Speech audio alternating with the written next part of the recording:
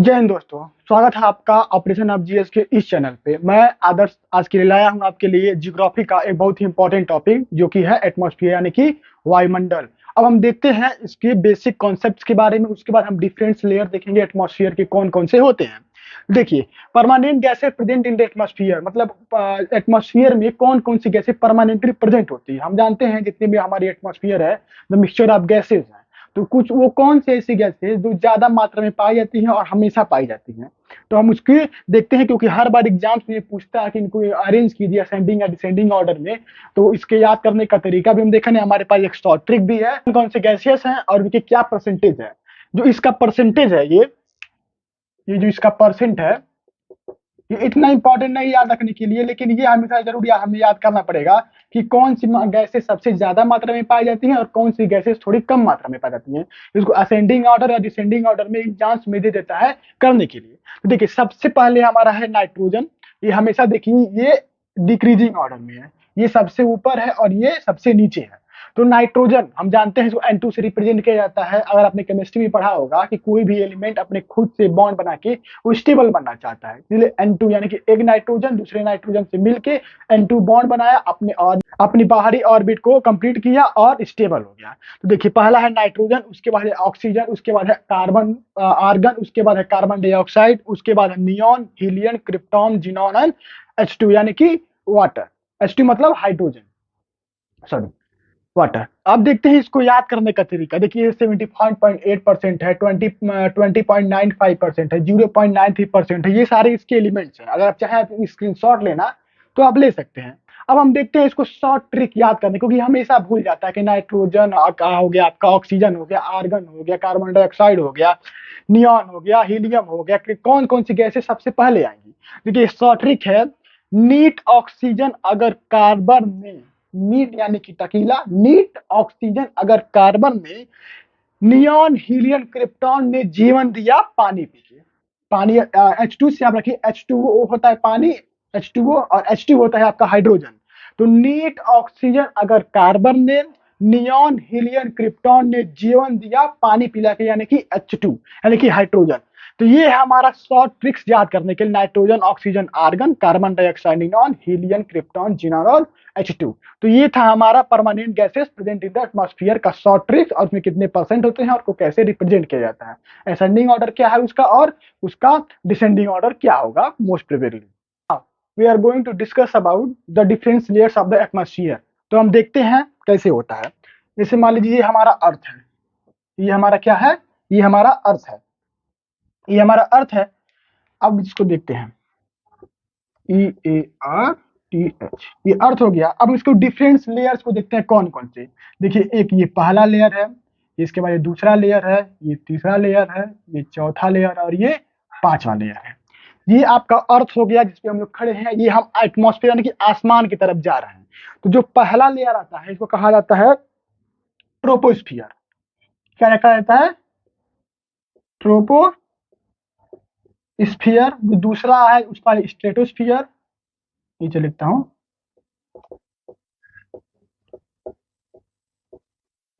उसके बाद जो हमारा अगला आता है वो मीजोस्फियर।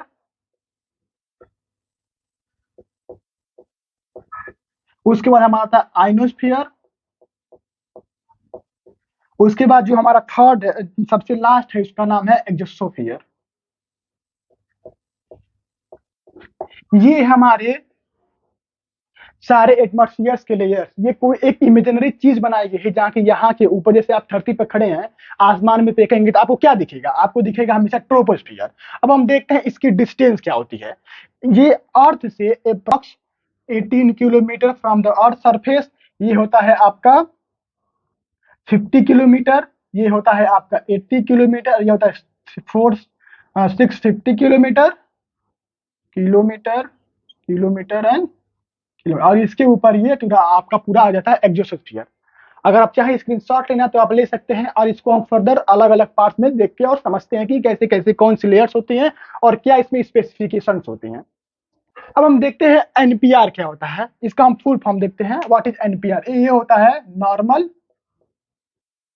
Lapse rate.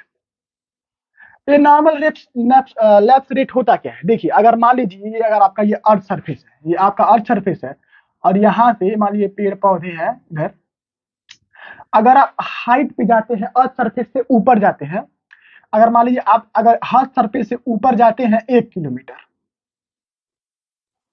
1 किलोमीटर अगर अर्थ सरफेस से आप ऊपर जाते हैं, तो आपके टेम्परेचर में जो गिरावट आएगा एवरेज, वो आएगा 6.5 डिग्री सेल्सियस का टेम्परेचर का गिरावट आएगा। यानी कि अगर 1 किलोमीटर आप अर्थ सरफेस से ऊपर जाते हैं तो 6.5 डिग्री टेम्परेचर आपका घट जाएगा। यही होता है नॉर्मल लैप्स रेट। अब हम देखते हैं पॉज क्या होता है। पॉज मतलब होता है, अगर देखिए ये एक लेयर है ट्रोपोस्फियर, स्ट्रेटोस्फियर, इन दोनों के एक लेयर दूसरे लेयर से सेपरेट करता है, उसको जियोग्राफी के भाषा में उसको पॉज कहा जाता है। तो पॉज क्या होता है, फिर देखिए कि जब एक लेयर दूसरे लेयर से सेपरेट होता है, उस पॉइंट को जियोग्राफी में पॉज कहा जाता है। और लॉन्ग वेव क्या होता है? लॉन्ग वेव उसे करते हैं जब अर्थ एक वेव जनरेट करती है इनसाइड अर्थ से एटमॉस्फेयर की तरफ, उसको कहा जाता है, आगे की क्लासेस में पढ़ेंगे, उसको हम पता चलेगा कि अर्थ कैसे वेव जनरेट करती है। तो ये तीन बेसिक कॉन्सेप्ट थे, एनपीआर, पॉज और अर्थ लॉन्ग वेव क्या होती है। अब हम देखते हैं इसके डिफरेंट लेयर्स के बारे में कि कौन कौन से लेयर में क्या चीजें होती हैं। देखिए, आप धरती पे खड़े हैं, आप ऊपर देखेंगे, आपको कौन सा सबसे पहले दिखेगा? ये आपको दिखेगा ट्रोपोस्फियर, उसके बाद स्ट्रेटोस्फियर, मेसोस्फियर, आयोनोस्फियर और एक्सोस्फियर। हम सबसे पहले एक एक करके सबको देखते हैं। तो ट्रोपोस्फियर में क्या होगा? देखिए, ये ट्रोपोस्फियर का है, ये अर्थ सरफेस है, जो पहली लेयर आती है उसका नाम है ट्रोपोस्फियर। ट्रोपोस्फियर में होता क्या है? थंडरस्टॉर्म, जितने भी ये बादल बनते हैं या तूफान आते हैं, ये आपका स्ट्रेटोस्फियर में होता है। इसका डिस्टेंस 18 किलोमीटर होता है अर्थ सर्फेस से। अभी हमने पहले एक स्लाइड में देखा था। उसके बाद जितनी भी बारिश होती है, weather forecasting, it means that जितने भी मौसम की जानकारियां हमें लेनी होती हैं, वो सभी जो साइंटिस्ट हैं वो उसी लेयर्स का अध्ययन करते हैं, उसी को नॉलेज निकालते हैं और बताते हैं कि वहाँ का बिहेवियर कैसा है। तो वेदर फॉरकास्टिंग के लिए ट्रोपोस्फियर सबसे बेस्ट है। अब जैसे जैसे हम हाइट पे जाते हैं, हमारा टेम्परेचर घटता जाता है। हम हाइट ट्रोपोस्फियर में अगर अर्थ सरफेस से हम हाइट पे जाएंगे, तो हाइट तो हमारी बढ़ती रहेगी और एटमॉस्फेयर की तरफ, लेकिन हमारा टेम्परेचर गिरता रहेगा। तो हमारा टेम्परेचर गिरेगा कितना? अगर हम 163 मीटर अगर हाइट पे जाते हैं, तो हमारा 1 डिग्री टेम्परेचर जो होगा वो घट जाएगा। यानी कि 163 मीटर अगर हाइट पे आप जाते हैं, तो 1 डिग्री टेम्परेचर आपका घट जाएगा। जैसे मान लीजिए आप अर्थ सरफेस पे हैं, आपका टेम्परेचर 20 डिग्री सेल्सियस है, या नॉर्मली अगर कहें नॉर्थ इंडिया की, तो 28 या 30 के अप्रॉक्स टेम्परेचर है। उसके बाद अगर आप 163 मीटर अगर ऊपर चले गए, तो आपका टेम्परेचर में एक इंक्रीज हो जाने की, अब जहां आपका 30 था वहां आपका 31 हो गया। तो ये था आपका ट्रोपोस्फियर के बारे में और उसका नोट्स। अब देखते हैं स्ट्रेटोस्फियर के बारे में। ट्रोपोस्फियर और स्ट्रेटोस्फियर के बीच का जो लेयर डिवाइड करती है, हमने पढ़ा, उसको कहा जाता है पॉज। यानी कि इसको कहा जाएगा स्ट्रेटोस्पॉज, या इसको बीच में जो कहेंगे उसको कहेंगे ट्रोपोस्पॉज। और स्ट्रेटोस्फियर और ट्रोपोस्फियर के बीच में ही ओजोन लेयर पाए जाते हैं। आपने ओजोन लेयर का O3 का नाम आपने सुना होगा, O3 ओजोन लेयर यही पाए जाते हैं। और ये इसके ऊपर स्ट्रेटोस्फियर के ऊपर ओजोन लेयर नहीं पाए जाते हैं। इसका रीजन ये है कि वहां ऑक्सीजन की जो मॉलिक्यूल्स हैं वो बहुत दूर दूर हैं। अब हम देखते हैं ओजोन लेयर के बारे में बनती कैसी है। तो इन दोनों के बीच में ऑक्सीजन की मात्रा ज्यादा है। ट्रोपोस्फियर और स्ट्रेटोस्फियर के बीच में ऑक्सीजन की मात्रा ज्यादा है। तो वहां जब ऑक्सीजन की मात्रा ज्यादा है और जब सन से रेडिएशन वहां पड़ती हैं, जो अगर मान लीजिए ऑक्सीजन दो ऑक्सीजन एक स्टेबल फॉर्म में बसा हुआ है, तो जैसे ही सन की रेज इस पे पड़ी, तो ये जो ऑक्सीजन होता है वो टूट जाता है। ऑक्सीजन टूट जाता है। जब ऑक्सीजन टूट जाते हैं, तो ये दो ना होके O3 बना लेते हैं, 3 ऑक्सीजन जुड़ जाते हैं, 1 2 और 3। और ये 3 ऑक्सीजन जुड़ने के कारण O3 को ही ऑक्सीजन ओजोन लेयर को O3 से रिप्रेजेंट किया। ऑक्सीजन के 3 मॉलिक्यूल्स मिलके ओजोन लेयर्स का फॉर्म करते हैं। तो due to the sun radiation, oxygen जो होता है O2 वो टूट जाता है और 3 आपस में जुड़ जाते हैं। और इसी के कारण वो जो स्ट्रेटोस्फियर में टेम्परेचर बहुत ज्यादा हो जाता है। जैसे जैसे आप हाइट पे जाएंगे ट्रोपोस्फियर से स्ट्रेटोस्फियर में, इस लेयर के बीच में, या देखिए यहाँ टेम्परेचर घट रहा था, लेकिन अगर यहाँ जाएंगे तो यहाँ पे टेम्परेचर बढ़ेगा। ड्यू टू द ऑक्सीजन के टूटने के कारण यहाँ पे टेम्परेचर बढ़ेगा। और स्ट्रेटोस्फियर के ही बीच में आपका प्लेन्स वगैरह चलती हैं, क्योंकि आप जो प्लेन्स चलती हैं देखते हैं कि बारिश नीचे हो रही है, प्लेन ऊपर चल रही है। तो ट्रोपोस्फियर में ही तो बारिश होती है और स्ट्रेटोस्फियर में बारिश नहीं होती है। है। इवन बादल अब प्लेन ऊपर उड़ता है और बरसात नीचे होती है, बादल नीचे बने रहते हैं। तो ये है ट्रोपोस्फियर और स्ट्रेटोस्फियर के बारे में। आप ये याद रखिए कि यहाँ पे टेम्परेचर, हाइट पे जाने पे टेम्परेचर बढ़ता है और यहाँ हाइट पे जाने पे टेम्परेचर बढ़ता है, यहाँ पे घटता है। ये था हमारा कुछ इंपॉर्टेंट टॉपिक्स। अगर आप इसको नोट करना चाहे तो नोट कर सकते हैं। अब हम देखते हैं अपने नेक्स्ट पॉइंट्स के बारे में, मेसोस्फीयर के बारे में। ट्रोपोस्फियर स्ट्रेटोस्फियर हमने कर लिया, अब मेसोस्फियर को हम देखते हैं।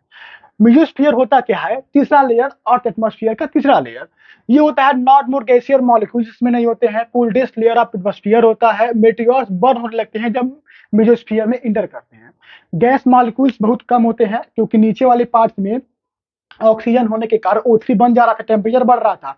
ऊपर मॉलिक्यूल्स कम है गैस के, इसलिए वहां गैस मॉलिक्यूल्स नहीं है, पहला पॉइंट हो गया। कोल्डेस्ट लेयर क्योंकि ऊपर बहुत ज्यादा ठंडी पड़ती है, ऊपर बहुत ज्यादा ठंडी पड़ती है। और मेटियोर जो ऊपर से उल्का पिंड धरती पे गिरते हैं तो धरती पे पूरी तरीके से नहीं आ पाता। अगर मान लीजिए कोई 50 केजी का मेटियोर गिर रहा है अर्थ सरफेस पे किसी दूसरे एटमॉस्फेयर से, स्पेस से गिर रहा है, तो अब मेटोस्फियर में आते आते बर्न हो जाता है। कोई चीज सडनली गर्म थी और अचानक ठंडी हो गई तो इसमें विस्फोट होता है और टूट जाता है। और देखिए इसका टेम्परेचर अप्रॉक्स होता क्या है? इसका -19 degree Celsius to 130 degree Celsius इसका टेम्परेचर होता है, माइनस में, यानी कि इतनी ठंडी लेयर्स वहां होती है। यहाँ आप हाइट पे जाएंगे, अगर यहाँ हाइट पे आप जाएंगे तो टेम्परेचर आपका घटता जाएगा। हाइट पे जाएंगे तो टेम्परेचर घटता जाएगा। अब हम देखते हैं हमारा अगला ट्रोपोस्फियर, मेसोस्फियर, स्ट्रेटोस्फियर, मेसोस्फियर। अब देखते हैं थर्मोस्फियर। आप देखेंगे थर्मोस्फियर तो है नहीं, देखिए एक्सोस्फियर और आइनोस्फियर को मिला के ही थर्मोस्फियर बनता है। एक्सोस्फियर और आइनोस्फियर मिला के भी थर्मोस्फियर, दोनों को कंबाइन करके कहा जाता है। अब हम देखते हैं होते क्या है। In this layer the particles size consider to be the atoms due to the sun radiation. Charge particles break into and form electrons negative charge. हम जानते हैं इलेक्ट्रॉन्स पे नेगेटिव चार्ज होते हैं। देखिए थर्मोस्फियर में जितने भी मॉलिक्यूल्स होते हैं वहां सन की वो सबसे ऊपरी लेयर है, ट्रोपोस्फियर, स्ट्रेटोस्फियर, मेसोस्फियर, उसके बाद आता है आइनोस्फियर। आइनोस्फियर को थर्मोस्फियर कहा जाता है। तो वो काफी ऊपर है अर्थ एटमॉस्फेयर पे, तो वहां सन की किरणें ज्यादा तेजी से आ रही होंगी, ज्यादा जटिल आ रही होंगी, क्योंकि ओजोन लेयर तो आपको अल्ट्रावायलेट रेस से तो बचा ले रहा था, लेकिन ऊपर तो अल्ट्रावायलेट रेस तो आ रही थी ना। तो यहाँ इतनी ज्यादा गर्मी होती है कि जितने भी इलेक्ट्रॉन्स के पार्टिकल्स वहां होते हैं वो एटम्स के मामले में, एटम साइज के, वो स्प्लिट यानी कि टूट जाते हैं और वो इलेक्ट्रॉन निगेटिव, वो चार्जेस उस पे आ जाते हैं, इलेक्ट्रॉन निगेटिव चार्जेस आ जाते हैं। Due to the electron negative charges वहां का जो टेम्परेचर होता है वो इंक्रीज कर जाता है। इट मीन्स दैट अगर आप थर्मोस्फियर में हाइट पे जाते हैं, थर्मोस्फियर में अगर हाइट पे जाते हैं तो आपका टेम्परेचर भी बढ़ता जाएगा। थर्मोस्फियर में आप हाइट पे जाएंगे आपका टेम्परेचर भी बढ़ना जाएगा। देखिए due to the electron negative release energy, और वो एनर्जी रिलीज करता है जिससे कल वहां पे गर्मी काफी ज्यादा पड़ती है। और जितने भी हमारे टीवी शोज या नेटवर्क सेट जो वगैरह होते हैं, रेडियो सेट होते हैं, वो सब आयोनोस्फियर पे ही होता है, क्योंकि यहाँ से वेव आयोनोस्फियर में जाती है, वहां से रिफ्लेक्ट करके फिर वहां पे टावर तक भेजता है। देखिए radio wave work on this layer. अगर आप चाहें इसका स्क्रीनशॉट लें तो आप स्क्रीनशॉट ले सकते हैं और समझते हैं इसके बारे में। रेडियो वेव काम कैसे करती हैं? आप क्लास 12 में आपने कम्युनिकेशन चैप्टर पढ़ा होगा, जो सबसे लास्ट चैप्टर है फिजिक्स का, communication, n type conductor, c type conductor, और उसके बाद पीएन एनपीआर कंडक्टर्स क्या होते हैं, कौन कौन से सीरीज होती हैं, सेमी कंडक्टर्स क्या होते हैं, कौन कौन से कंडक्टर्स हैं, कौन कौन से नहीं है। उस चैप्टर में आपने रेडियो वेव के बारे में अगर पढ़ा होगा तो देखिए यहाँ से वेव निकली, वो आयनोस्फीयर तक गई, यहाँ तक, यहाँ से मान लीजिए अर्थ सरफेस से कोई वेव निकली, वो यहाँ तक गई और यहाँ से फिर रिफ्लेक्ट होकर अपने रिसीवर तक पहुंच जाती है। तो ऐसे ही आयोनोस्फीयर का हम इस्तेमाल करते हैं अपने सिग्नल्स को ट्रांसमिट करने के लिए। तो ये था एटमॉस्फेयर का पूरा चैप्टर, आपके कंप्लीट नॉलेज विद नोट्स के साथ। अगर आपको वीडियो अच्छा लगा हो तो वीडियो को लाइक कीजिए, चैनल को सब्सक्राइब कीजिए। अगर आप इसको शेयर करना चाहते हैं किसी दोस्त के साथ, आप शेयर कर सकते हैं। आप कुछ पूछना चाहते हैं आपको कमेंट बॉक्स में जरूर पूछ सकते हैं, और आप जरूर बताइएगा कि वीडियो आपको कैसे लगी। तब तक बने रहिए हमारे साथ। जय हिंद।